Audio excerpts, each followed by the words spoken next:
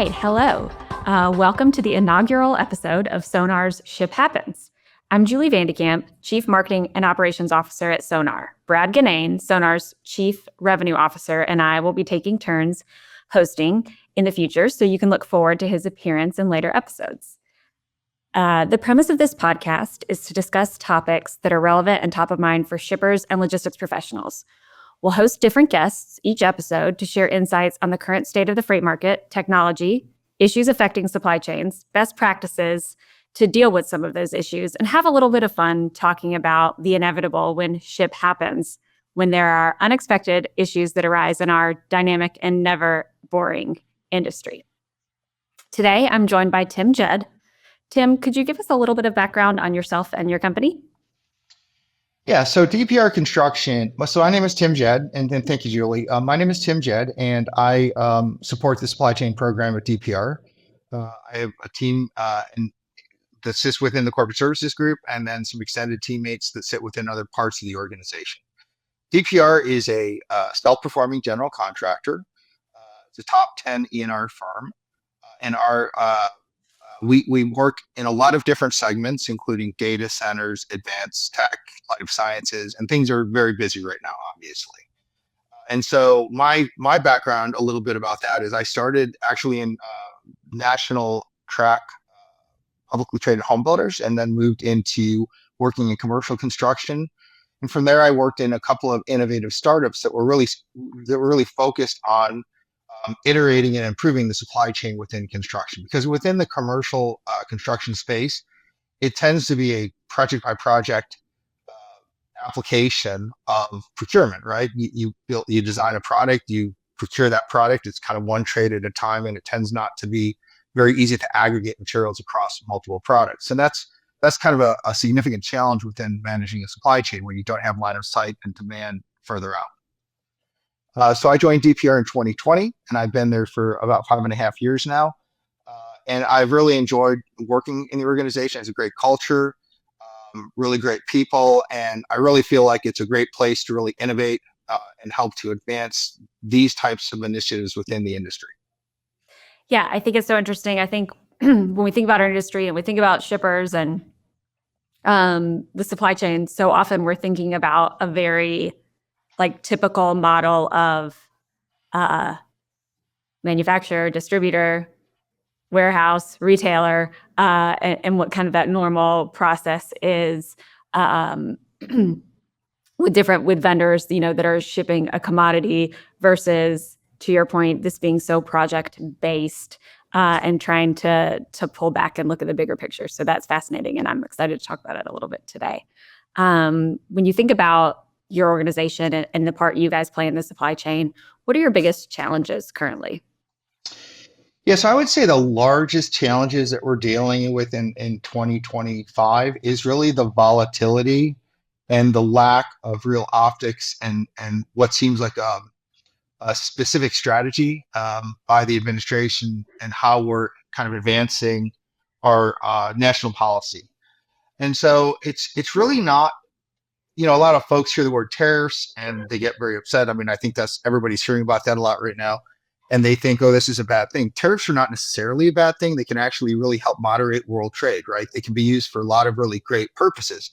I think the real challenge that we're having in 2025 is really adapting to the pace of the change and how there doesn't appear to be like a strategy behind it that's very consistent. And so we're having difficulty really knowing where to go with it, because it's not something that we can adapt to in our industry. I mean, for instance, a project takes a long time to design, to get through entitlements, to get quoted, to get awarded, and you can't just necessarily start switching out stuff for something else. It makes it very difficult to adapt to that. If we had a little bit more stability in those in that policy, I think it would add a lot of calm to the marketplace, and we get a lot of engagements with our owners and other people, and it kind of forward-facing engagements, trying to understand what's happening and how to interpret it.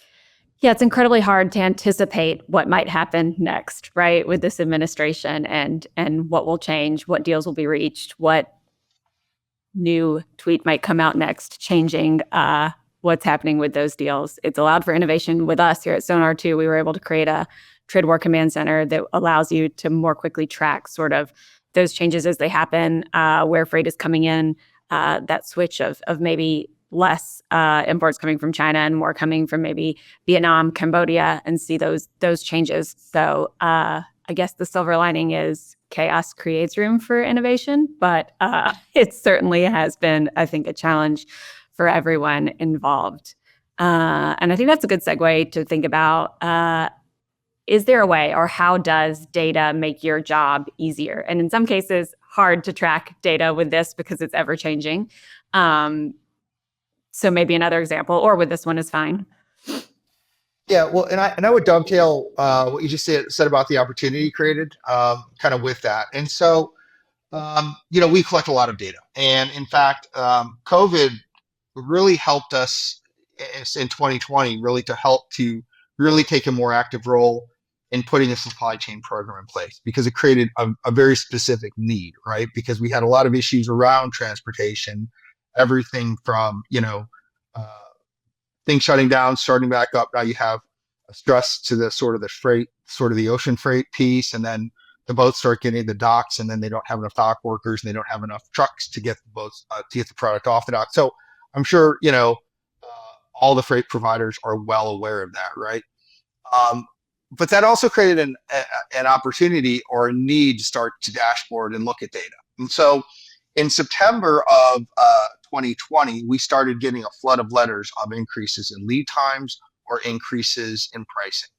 And we took that opportunity to take a pause and think about how we should get that information out to our frontline team, for project teams. And we started putting that together as a dashboard. Now that's served us very well this year because we already had that infrastructure built. And now we're leveraging that to really understand what the impact is for different things from different countries, because we are truly in a global supply chain. And even for products that we may fabricate in the US, many of the parts for those products come from overseas. And so data is an important element to help us to actually, I think, carve ourselves apart a little bit to help to really understand what the real impact is, day constrained by product category, by manufacturer, and really be able to understand the cost, the risk in cost or risk in lead time, because we have built such kind of a deep infrastructure behind that. Yeah, I think that is a really good call. I think sometimes it gets hard to, when ship happens, and we've organically gotten to two examples of that, COVID and then kind of unexpected tariffs, and that changing environment of the trade war that has been not super stable and hard to anticipate.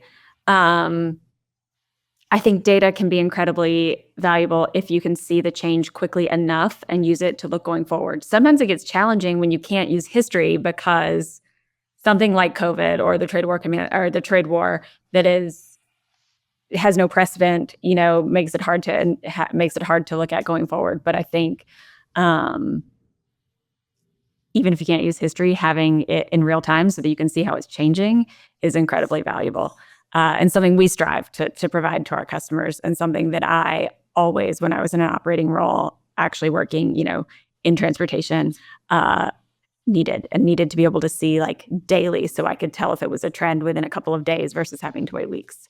So speaking of that and tariffs and the trade war and all of those things, what do you think of the current freight environment, and what do you think it might be like in 2026? Yeah, so we know there's a lot of we know there's a lot of shippers, right? A lot of freight carriers that have gone out of business in the last few years. And I think what we're seeing is some stabilizing of that pricing. I think the real unknown there, Julie, is what's going to happen economically. Yeah. Like, are we going to see things continue? Or are we going to see things increase? Or are we going to see things decrease? And, obviously moving stuff means somebody is consuming those things. So we've seen a lot of smaller, I think, shippers over the last several years really exit the market because of pressures. And so with the existing shippers, I think if we see kind of stability in demand and we see products continue to be shipped, From what I'm reading, and I use your resources. I think you guys do a great job, right, with for trying to kind of paint a picture of what's coming, both with different kind of segments of the transportation. I read some other ones as well. I think we're not looking at real instability on pricing. I think the real question is, will there be enough business and enough demand to keep the shippers stable? Because I think the idea, I mean, this is really, we're moving into a different time. So juxtapose this with the technology that's on the way. And I think shippers are sort of in an interesting place relative to supply chain, no matter what industry they're in, really to leverage that. In fact, I think probably have done a better job than, for instance, construction has done, really leveraging the technology tools, because there is the ability to really, tag vehicles and look at algorithms and look at history and try. I mean, there's a lot of tools available where you can start to predict performance, right? It's a little harder when things are offline and kind of bespoke one at a time. So imagine if you were to set up a freight carrier for every load that will ship. It would be very hard to see that information and predict the future from it. But I think if things continue on the way they are, I don't see tariffs impacting transportation relative to the ability to continue on unless they start to drive demand down. Yep. And that's where I think the big question is. Yeah, I think you're right that our current economic situation is the big unknown, as well as the non-domiciled driver mandate and the policy around that. I think we're seeing industrial demand continue to be weak, which is interesting for us to talk about, regarding, we're hearing some floor covering shippers saying, like, we don't think the housing market's going to recover in 2026. And some conflicting things on that. But we're seeing consumer facing continue to remain relatively strong, with people continuing to buy what they need despite economic weakness. We'll see with the government shutdown what the next couple of weeks bring, with SNAP benefits and stuff not being available for a couple, for I don't know how long. We'll see. But I think what's fascinating and what I'll be interested to watch in 2026 is that while demand has not increased and remains incredibly weak, capacity is decreasing. So whether it's the non-domiciled driver mandate and many of those carriers and drivers choosing to stay off the road, which I think is a huge part of it and has had a larger effect than most people would have expected. I think it also is just such a long downturn that a lot of capacity is also leaving the market, and just they're at the point where now they're at their 3-year truck trade cycle, or they're when they would need to purchase new equipment and they just can't do it. So we'll see how that continues to play out in the beginning of next year. What are you seeing around demand when it comes to industrial products and building supplies, and ease of continuing to procure that even amongst the tariffs, and then demand for your business as well? Yeah, so DPR is kind of well positioned in segments that are a little bit more resilient relative to commercial construction. I think home building is down, and so certain material suppliers are feeling that, right? Things like drywall suppliers, and because a large part of their demand goes into housing. But between commercial construction and home building, there's actually a fairly separate product being used. I mean, light fixtures tend to come out of Asia, but like residential flooring, like carpet, most of it's like actually manufactured in Georgia in the U.S. Yes. Right? It's not an overseas, right? So it kind of depends. And so a lot of the commercial projects are very different than the residential products. And so I think they're different supply chains that they impact. The types of work that we're doing, and I mentioned advanced tech, I mentioned life sciences, we do a lot of healthcare. We really are seeing pretty strong demand for those things. Good. I think if you were probably all into core and shell, there might be certain markets that are not as strong in that regard, right? Office space. But that's a smaller piece of our business, so we're optimistic about the future. And in fact, when we look at our reports, I think our backlog reports are very strong. Kind of relative to home building, I think the conversations I have with folks, and just to circle back for a second, we talked about data a minute ago. One of the things we do is we actually do quarterly calls with senior leaders within different manufacturers, right? And we ask them what they're seeing because, they employ people who are actually looking at the future and they're taking this stuff and pulling it together. So really our assessment is really based in large part against the assessment of the manufacturers and the fact that a lot of them do really deep dives on what's going on and figuring out demand and what's going on.